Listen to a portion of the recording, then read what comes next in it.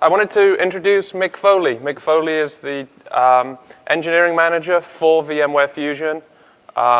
He and his team have done a great job over the last year in putting together VMware Fusion 5, and that's really what we're going to be focused on today.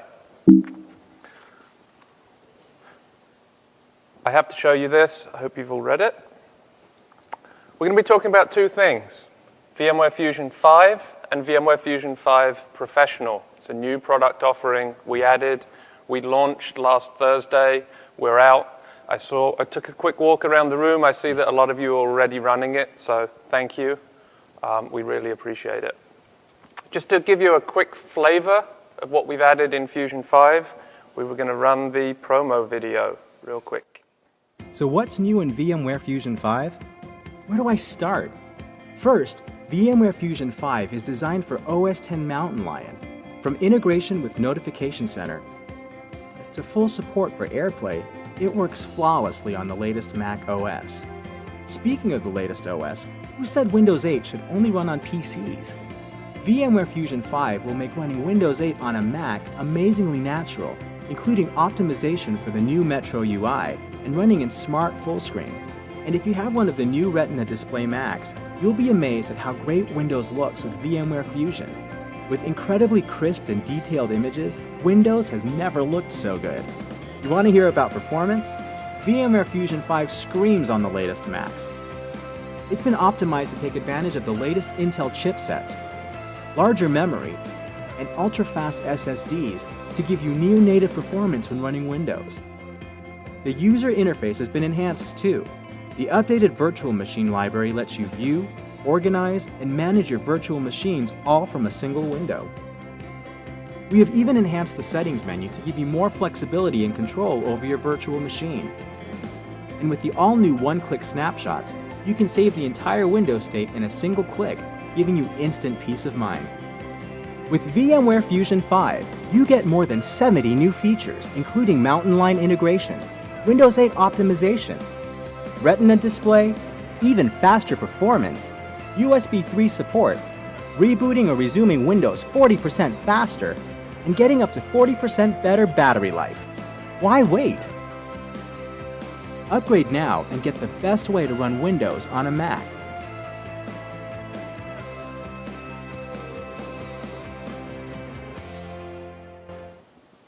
That's it, we're done. No, that's a quick overview of some of the key things we added in Fusion 5, but this being VMworld, we're going to go a lot further than that.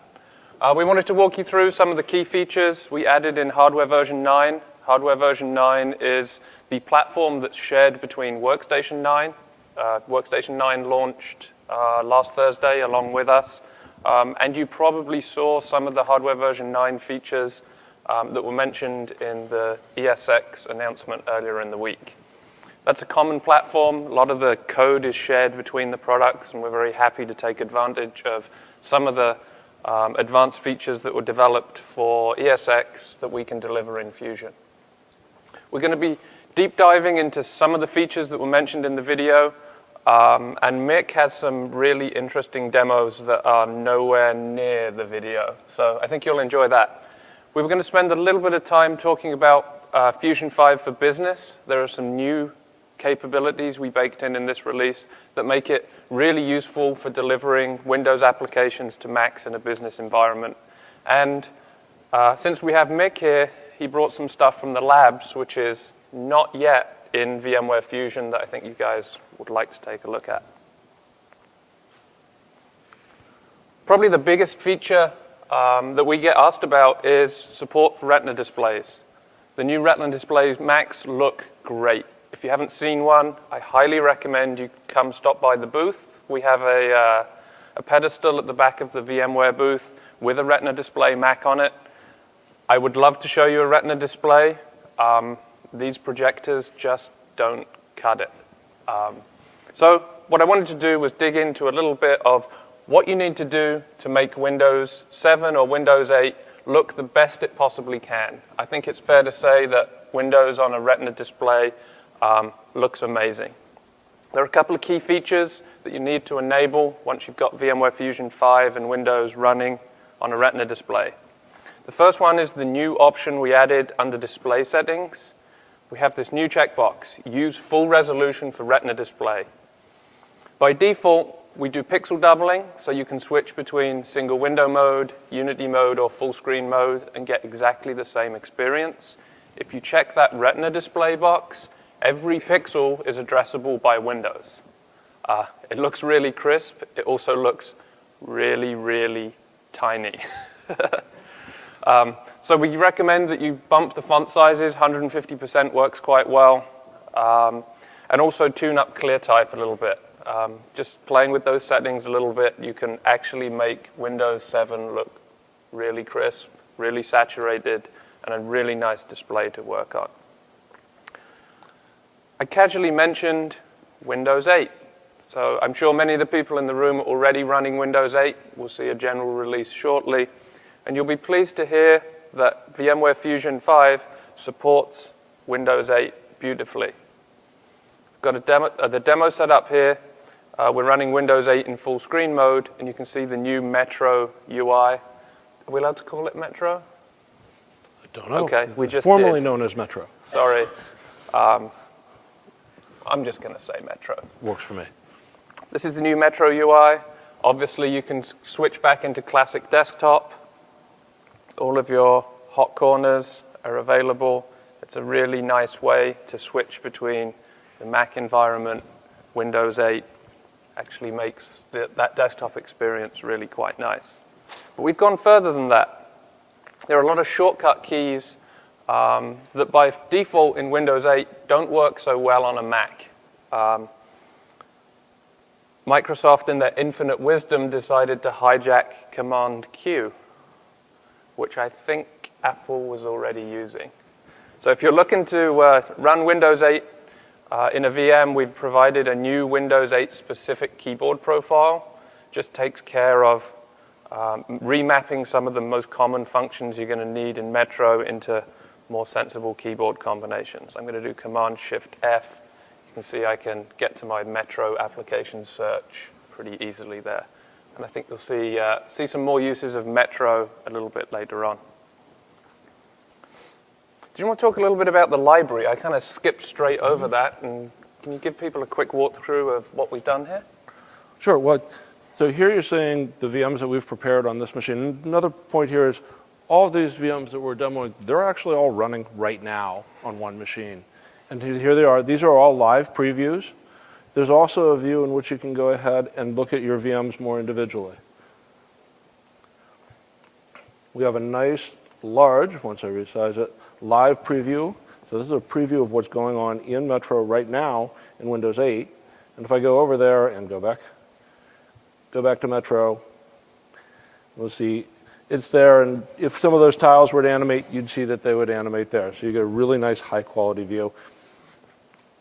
And down at the bottom here, we have information about the space that you're using, and we have the notes that you have for the VM. Yeah, it's good to note the space view here is one of the things we added. We're seeing a lot of people adopting SSD Macs. I work on a previous gen MacBook Air every day in a VM, and SSDs are great for virtualization. They're just not as big as we'd like. So this provides an easy, at-a-glance view of where's my disk space going. I'll be prompted if cleanup is appropriate. I can just shut the VM down, clean it up, and reclaim that additional disk space.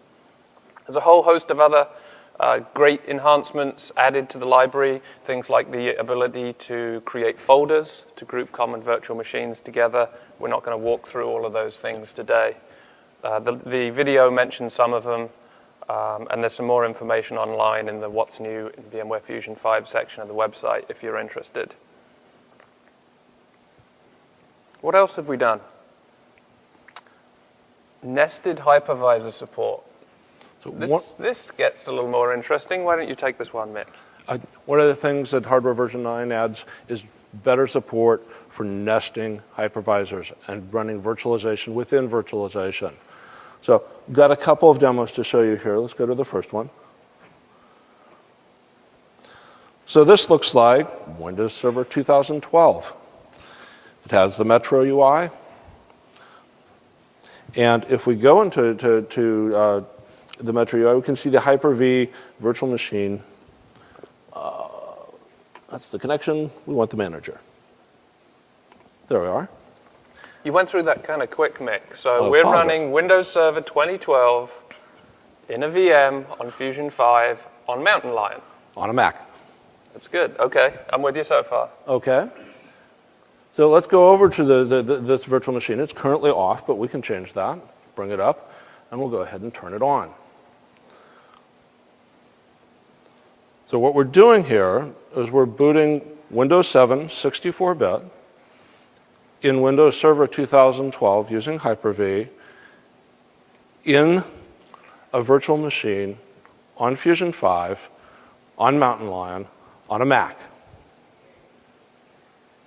And in case anybody is curious, no, this is not a supported configuration.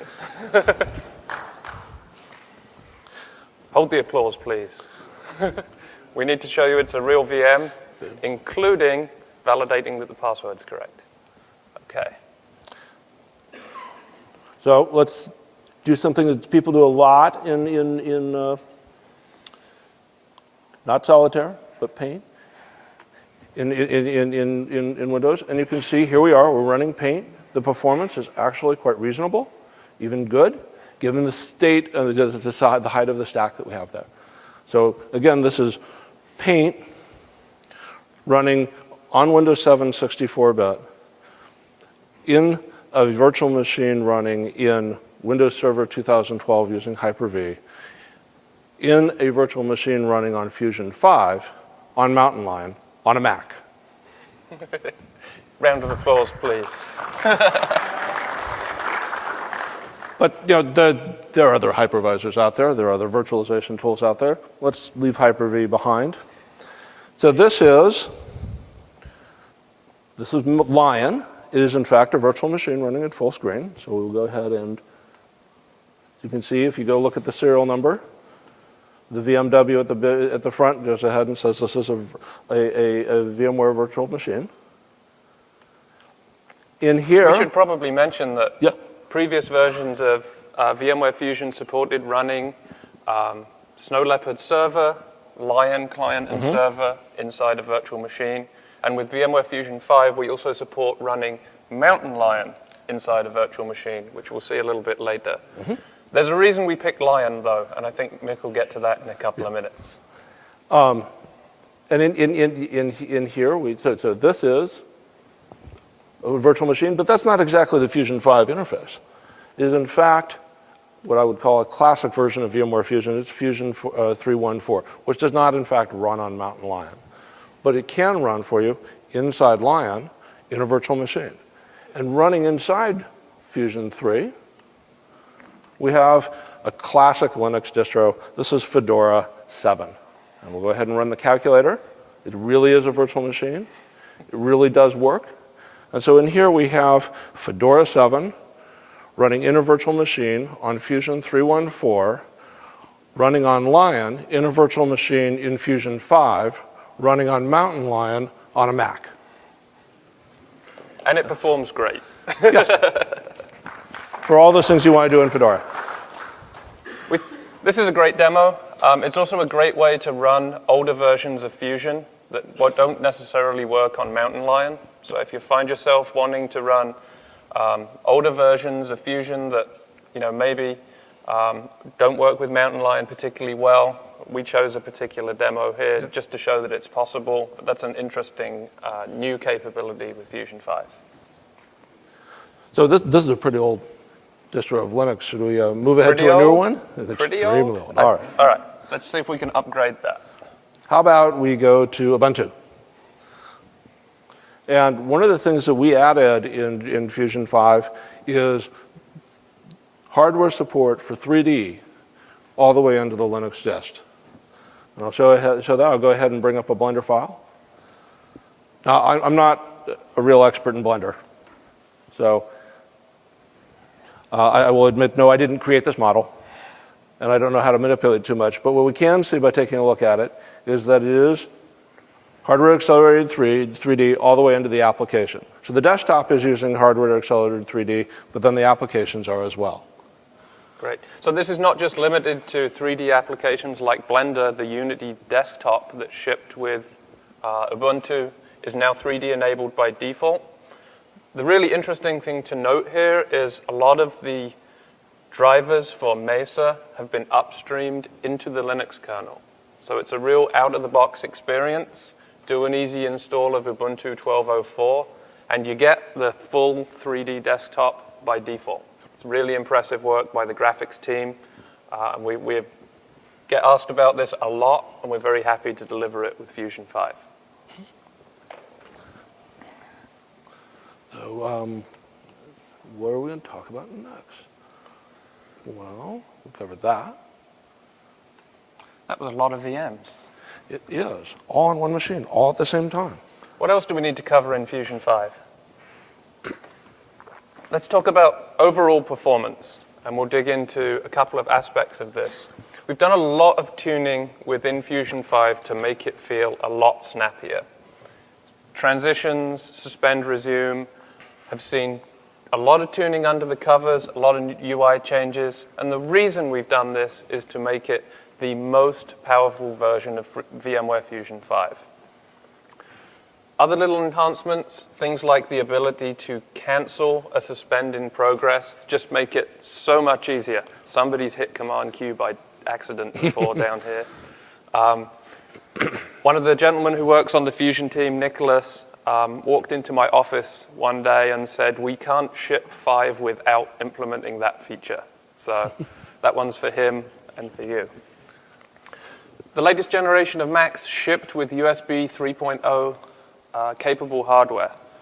I think Mick and I were in this very building not very long ago when Apple announced the Ivy Bridge Macs with USB 3 and Retina Displays, and I think we were on the Apple website ordering them before the keynote finished. Mick's team has done a tremendous job of doing all the plumbing that we need to support Retina displays, to support the latest Ivy Bridge capabilities, but also things like USB 3. So we're very happy to announce with Fusion 5, you can directly connect a USB 3 device to your guest OS and see some tremendous performance improvements. We'll get to that in a little bit more detail. One note on USB 3. Your guest has to have USB 3 drivers. So if it doesn't know what an XHDI controller is, it's not going to work. Windows 7 is probably the one we hear about the most. It does not ship by default with USB 3.0 drivers. Windows 8 does. NetBoot and NetInstall. We did some pretty extensive changes in the virtual EFI to support for the first time net booting and net installing macOS in a virtual machine. If you spend a lot of time deploying macOS to a bunch of Macs, this is a great way to do software testing, deployment testing, lab testing, and it works really well with the virtual network editor, which is new in Fusion 5 Professional. Show you that real quickly. This is probably the single most requested feature for Fusion 5, the ability to create custom virtual networks. They can optionally be attached or completely isolated from the physical network. You can control DHCP, whether that's something you want to provide from a virtual machine or not. So you can run a whole NetBoot stack in a VM and then run the client machine on a VM on the same network. Thank you. Finally, the workstation guys can stop beating us up about not having a virtual network editor. What else do we have? We talked about virtual network editing. We talked about NetBoot and NetInstall, USB 3, transitions, speed. One of the other things we got asked about a lot was importing of OVFs. So importing OVF files is now built in. It's as simple as file, import, pick your OVF. But it gets cooler than that, because we also shipped OVF tool. So if the command line doesn't scare you, not only can you go ahead and from the command line convert OVF VMs to Fusion VMs, you can convert Fusion VMs to OVF VMs, and you can push them directly to an ESX server. What else did we add? There were some other features mentioned in the keynote around ESX 5.1. So the virtual performance counters support that was added, we brought over to Fusion. For the people who need to do performance profiling in a VM, I think that's a tremendous improvement. There's a whole host of other things, better support for running Photoshop CS6 in a virtual machine, a new installation experience, make it much easier to upgrade. You either drag and drop or launch the app, it really doesn't matter. We'll take care of the seamless upgrade from Fusion 4 to Fusion 5. Let's talk about performance. We talked about changes we'd made in the UI to make it more powerful, but it's also the fastest Fusion we've ever delivered. In a simple cold boot test, we got significantly faster Windows 7 boot time, somewhere in the order of a third faster. And this was on an ancient MacBook Pro 6.2 with one of those nasty spinning disks in it. It hadn't been upgraded. It was the kind of machine that Mick and I use every day. We didn't go out and buy the fanciest hardware we could with the fastest SSDs. It's just faster. Now, we did go out and buy a super fancy SSD Retina Mac for this demo, but for general computing tasks, Fusion 5 is much, much faster. I mentioned boot time, file copy, suspend resume time. Across the board, we've really tuned it for the kind of things that people do all day, every day. We also spent a lot of time looking at battery life. Well over 70% of the Macs that run Fusion today are laptops. And one of the huge reasons why people buy Macs is they look good, but they also have great battery life. We spent a lot of time in the lab and a lot of iterations. I think we may have killed a couple of batteries along the way, making sure making sure that Fusion 5 makes as much use as it possibly can out of every watt hour in that battery. For the most common use case we see, which is generally a lightly loaded VM with a combination of email, web browsing, a couple of applications running, we were able to get well over an hour of additional battery life on the same system between Fusion 4 and Fusion 5. And this is that very same ancient MacBook Pro with a spinning disk. This is not the latest hardware, and we think that's a tremendous improvement that everybody is going to be able to take advantage of. I will give a caution. If you go and put a synthetic benchmark in a VM and run it as hard as you possibly can, you're not going to see more battery life. You want maximum performance? We're going to give it to you, and that's going to mean that the battery is going to drain faster. Don't just take our word for it. Mac Observer last night published their initial review of Fusion 5. They did a great job. I think they've had it a couple of days, maybe. If you haven't seen it already, I highly recommend checking out the review. They had some really interesting things to say about the changes we made in Fusion 5. This is a bonus slide for people who skipped the original presentation. This was not in the first one. We're pretty happy about that. Did you want to talk about some of the other things that I didn't mention, Mick? Sure. Well, for those of you who have been scripting VMware products, we have added VIX. So down in the bundle, there's support for VIX and for VIX Pearl. Excuse me, VIX Pearl. Also wanted to take a moment and talk about snapshots. Snapshots is one of those areas where virtualization really is better than the real thing. You can freeze something in time and go back to it, and you can have multiple snapshots associated with the VM. It's an immensely powerful feature. In Fusion 4, we added an awesome snapshot view that goes ahead and shows you a tree of your snapshots. This one's pretty simple. And in Fusion 5, we kept that, enhanced it a bit, but we also pulled it out into its own window, so you can see it side by side with your running VM. One other request that we've gotten multiple times is that it would be really great if you could have a button to go ahead and take a snapshot and a button to restore it. It's not on by default, but we did add support to adding it to the toolbar, the Mac toolbar, as part of Fusion Professional. And to do so, you go to Customize Toolbar, and you'll find that those let's see, where is it? There's Restore Snapshot, there's Take Snapshot. You can drag them up to your toolbar. We've done that on this machine, and I'll show you how it works. You pulled the menu down there. Hold on here. There we go. And it does not, in fact, want to do it. Are you going to snapshot a Server 2012 VM? Why not? Wow.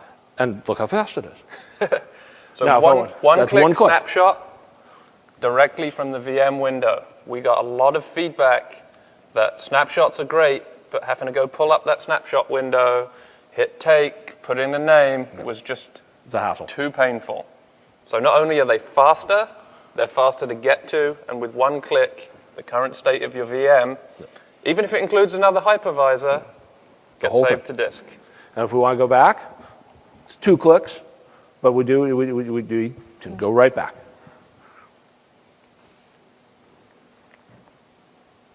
This requires a little more work. Well, you did just snapshot an entire hypervisor and a nested VM, so True. It's going to take maybe a second or two longer. Up. Oh, Hyper-V wants to sniff our network traffic. Huh. We'll let it do it this once. Okay. Well, guess that's why we added the virtual network editor, to isolate that other stuff from your physical networks. Let's see. Did you have anything else we wanted to cover? Should we move on to some of the other things we added? Let's talk about VMware for Business and what we added there. Let me just pop this out of presentation mode, get rid of that pop-up. There we go. Let's talk about Fusion in a business context. We're seeing a lot of Macs being used in business. Either companies buying Macs, employees bringing in Macs, contractors who want to use Macs for the reasons we talked about. Great battery life, they look professional, frankly, they're fashionable. And we think this is a great use case for VMware Fusion to deliver Windows applications to the devices that people are bringing into work. We've made a couple of key changes in Fusion 5 Professional to make this much easier. First of all, Fusion 5 now includes a meta package that makes it really easy to deploy VMware Fusion to a whole bunch of managed Macs. It works with Apple Remote Desktop, it works with Jamf's Casper Suite, or pretty much any other Mac deployment tool that understands what to do with a meta package. It doesn't just deploy the bits. The meta package also provides the facility for pre-registering license keys. That's optional. You don't have to do it. You can just use it to deploy the bits and have the end user buy a license when they need it. Or you can pre-license, using a volume license key, all of the copies of Fusion in your company. You can also simplify that initial experience by suppressing registration, which is the dialog that pops up for a fresh installation. You can configure common settings. And for the first time, you can direct internal users to help desk resources when they go to help get support. We see a lot of people who have a lot of Macs in their environment kind of doing it below the radar a little bit. Lots of self-support, lots of Mac enthusiasts helping each other out. How do I connect it to the domain? How do I connect to Outlook and IMAP and configure messages and all those other things? Now you can redirect that menu option so people end up directly on an internal wiki or a help desk or whatever the right source of internal support for running Mac inside your company is. But that's not all.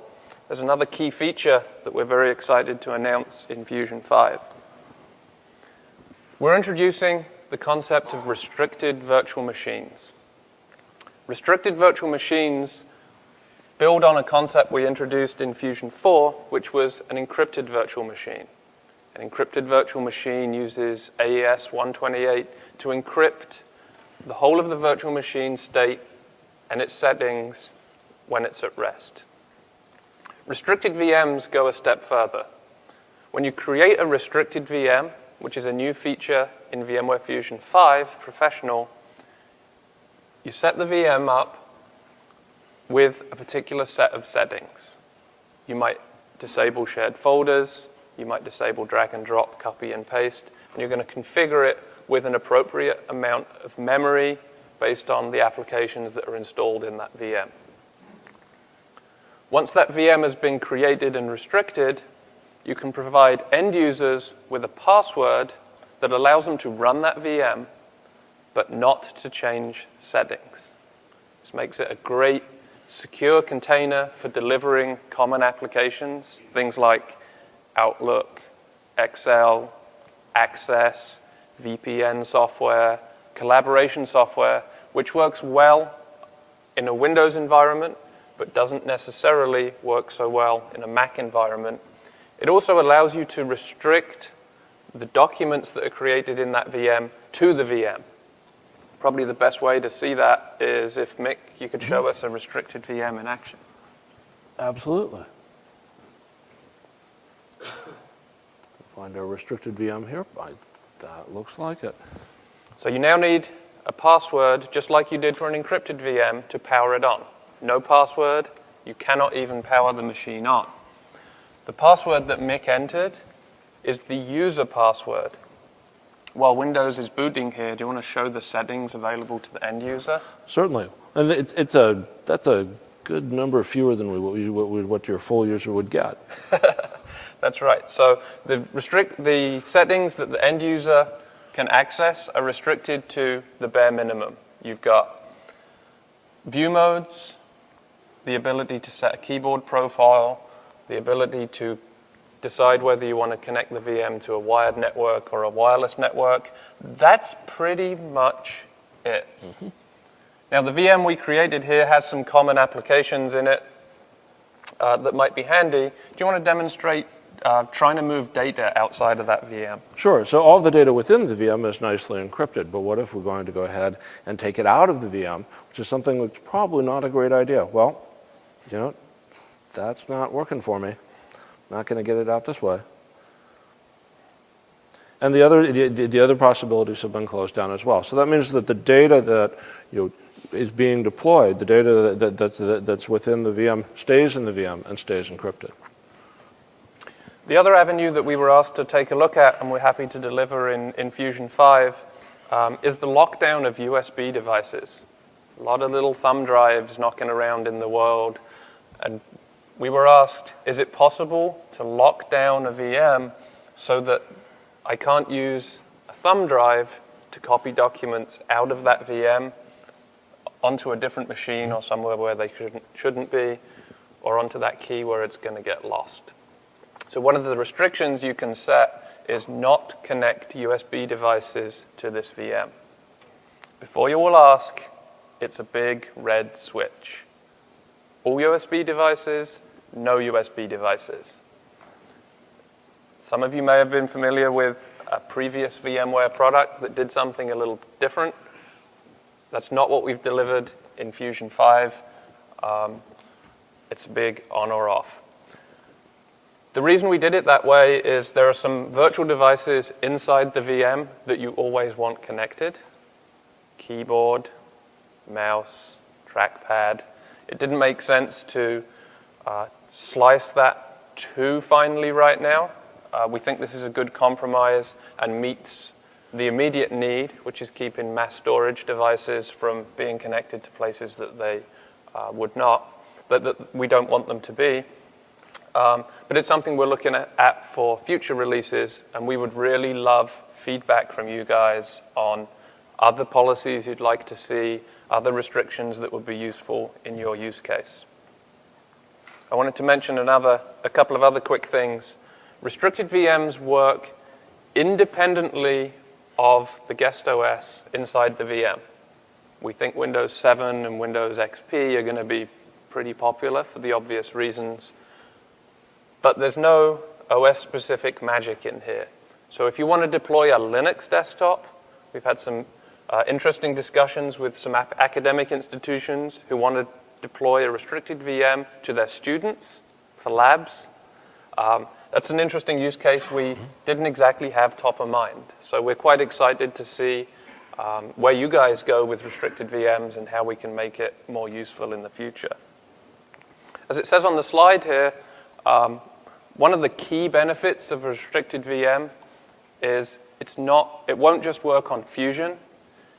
It can be used on a Windows laptop or desktop or a Linux laptop or desktop using Player 5 or Workstation 9. So they're completely portable, whether your end user has a Mac, a Windows box, or the one guy who has a Linux box and won't give it up. He can run restricted VMs on that platform, and the restrictions will be respected whichever they choose. Better, the license key, which is provided for VMware Fusion 5 Professional, can also be used to activate Player for Linux and Player for Windows. So for the first time, you can buy one volume license key, and it can be used whatever the platform the end user chooses. And if they move between platforms, everybody abandons their brand new shiny Macs and moves to the latest Dell Windows 8 machine. It doesn't matter. The same license key will work, and they can continue to run their restricted VMs. We're not really in the business of managing the contents of the VM. So there's nothing in here that will help you with patch management, document management, retention, identity management. It's really intended as a secure container for delivering applications and operating systems to disconnected endpoints. If you need to do document management, I highly recommend taking a look at the OneOver Mirage solution. That's something that VMware added to the stable not very long ago. And I know they have a good demo down on the show floor if you're interested in document management. We talked about Fusion 5 and Fusion 5 Professional kind of piecemeal. I wanted to cover very quickly the key differences. We showed you a restricted VM, and we showed you running a restricted VM. VMware Fusion 5 Professional includes the ability to create those. So it's setting the administrator password, deciding whether USB devices can be connected to that virtual machine or not. There's also one flag I didn't mention, which forces the runtime password to be changed when that VM is started for the first time. The reason is you might create a restricted VM, put it up on a file share, and ask your end users to go grab that VM. What you probably don't want is every copy of that VM to have the same runtime password. That's probably bad, because I can walk up to Mick's machine, power that VM on, and pretend to be him, which is probably not what you intended. So there's a flag in there. Whenever the VM gets copied, you can optionally force the user to set that runtime password to something new.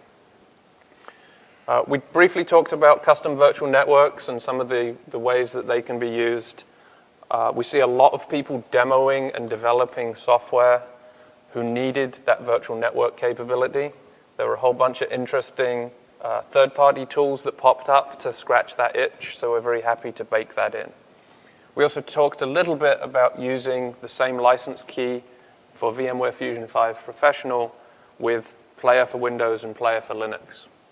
So for the first time, Player is available both for commercial use in addition to non-commercial use. Player is still available for non-commercial use for free, but if you need to use it to deploy VMs in your companies, you can now license it. And we optionally offer production support for that. So that sort of covers Fusion 5, Fusion 5 Professional. Why don't you show something that's not in Fusion 5? All right. So we had an intern work with us this summer, and we put an interesting challenge in front of him, and I'm going to show you what the results are here. Now, Fusion has always had really great support for drag and drop support into and out of Windows guests.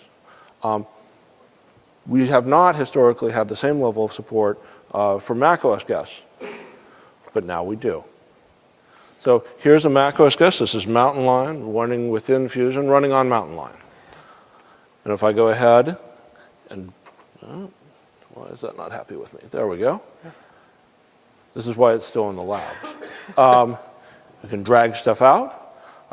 Likewise, I can go ahead and drag stuff in. And the file makes it all the way through just fine. This is not in Fusion 5 yet. This is the kind of feature that we would like to add sometime in the future. And this is just one example. We just finished zipping this, but we are out there doing more things to come. Yeah. Thanks, Mick. Pretty excited about the future of macOS inside a virtual machine. It's just one thing we're working on.